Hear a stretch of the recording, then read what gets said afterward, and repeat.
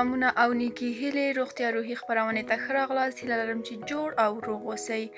نننۍ ویډیو د ټیټ فشار په هکله باندې چې څه رقم موږ کولی شو هغه په خپل کور کې ټیټ فشار موږ کنټرول کړو تاسو سره موضوع شریکوم. لکه څرنګه چې په مخکنۍ ویډیو کې د تاسو سره شریک کړل چې لوړ فشار ډیر ضرر لري او کېدلی شي چې د زړه د ناروغیو سبب وشي او همدارنګه د سکتې مغزي سبب شي. ټیټ فشار هم د خپل ځان سره ځینې اختلالات او ځینې ناروغۍ درلودلی شي او همدارنګه خطرناک هم کېدلی شي. لکه موږ په عادي ورځو کې ګورو چې کله چې د خپل ځای څخه پورته کېږو نو موږ د سر ګنګسوالی لرو یا په سترګو باندې مې تیاره راځي او یا همدارنګه موږ ډېر ضعیف یو او نشو کولی چې خپل نارمل د ژوند کارونه په نارمله توګه سره او په انرژي سره مخته یوسو. نو دغه ټول عوامل چې موږ ضعیف یو او خپل نارمل کارونه په نارماله توګه نشو کولی چې مخته یوسو او همدارنګه کله چې موږ د خپل ځای څخه دفعتاً پورته کېږو نو د موږ سر ګنګسوالی پیدا کوي. دغه ټول علایم د دې دي چې موږ فشار مو ټیټ دی او موږ ضرورت لرو چې خپل فشار کنټرول کړو. د دې لپاره چې موږ وشو کولی په کور کې خپل ټیټ فشار ولرو هغه کنټرول کړو نو موږ کولی شو چې د ډېرو اسان او ساده لارو څخه استفاده وکړو. لومړنۍ لاره چې موږ کولی شو د هغې استفاده وکړو هغه د خپل ورځني ژوند کې چې موږ کله خواړه خورو نو هغه یو دم او ډیر خواړه په یو غذایي وعده کې د خوړو په یوه وعده کې یا په یو وخت کې ښه نه دي. نو موږ کولی شو چې هغه ډوډۍ په ډیره کم مقدار سره په ډیره کم اندازه سره په مختلفو وختونو کې او مثلا 3 وخته موږ ډوډۍ خورو موږ کولی شو هغه په 5 وختونو تقسیم کړو. ډیر کم وخت خو لږ څه مداوم د خوړو استفاده کول هم کومک کوي چې د موږ اشتها منظمه شي او د موږ انرژي په نارمل توګه سره خپل ورځني ژوند ته مناسبه وي. بله لاره چې موږ کولی شو خپل ټیټ فشار په کور کې کنټرول کړو هغه د موجود د مایعاتو برابرول دي او د هغې پوره کول دي.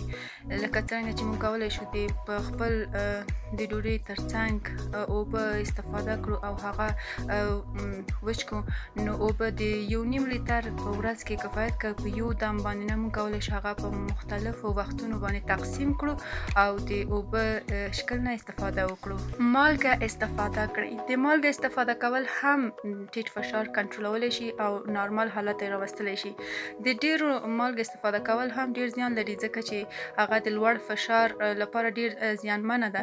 نو هر شی حد اوسط او حد نارمل کې ډیر ښه او مناسب وي بدن او د موږ وجود ته.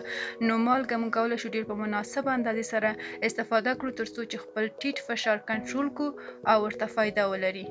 بله لاره چې موږ کولی شو خپل ټیټ فشار کنټرول کړو هغه د بادامو خوړل د شودو سره دي. چې موږ کله د شپې نه بادام خوشته کړو نو سهار د هغې ایښول د شودو سره او بیا د هغې څښل ډېره فایده لري چې ټیټ فشار کنټرول کړي. او همدارنګه موږ د ټیټ فشار کنټرول په خاطر باندې باید هغه حادثاتو څخه چې دفعتاً موږ ورسره مخ کېږو او موږ شاک ته وړلی شي او یا هم ډارونکي وي هغه د ټیټ فشار سبب ګرځي او کېدلی شي چې ډیر ضرر ولري. د کافین مصرف هم کولی شي چې تاسو سره ډیره مرسته وکړي تر څو چې تاسو د خپل ټیټ فشار کنټرول کړئ. همدارنګه لکه چې لوړ فشار ډیر زیانمن دی او هغه موږ په خپل ورځني ژوند کې ډیر جدي نیسو تر څو چې موږ د هغې نه مخنیوی وکړو او ډیرې لارې چارې استفاده کوو. ټیټ فشار هم په خپل ځای کې ډیر خطرناک دی او کېدلی شي چې تاسو ته نورې ناروغۍ هم منځته راوړي. نو کله چې موږ عادي علایم د ټیټ فشار ګورو لکه چې د سر ګنګسوالی او د سترګو باندې تیاره راتلل او همدارنګه د وجود ضعیفېدل او یا هم لکه بېحالي غوندې درلودل نو که د ټولو علایمو ترڅنګ د زړه بدوالی هم ورسره وجود لري نو تاسو باید ډاکټر ته مراجعه وکړئ او امکان نه لري چې تاسو هغه په کور کې کنټرول کړئ. هیله لرم چې د نن ورځې معلومات مو د پام وړ ګرځېدلي وي. تر بلې ویډیو ښې چارې.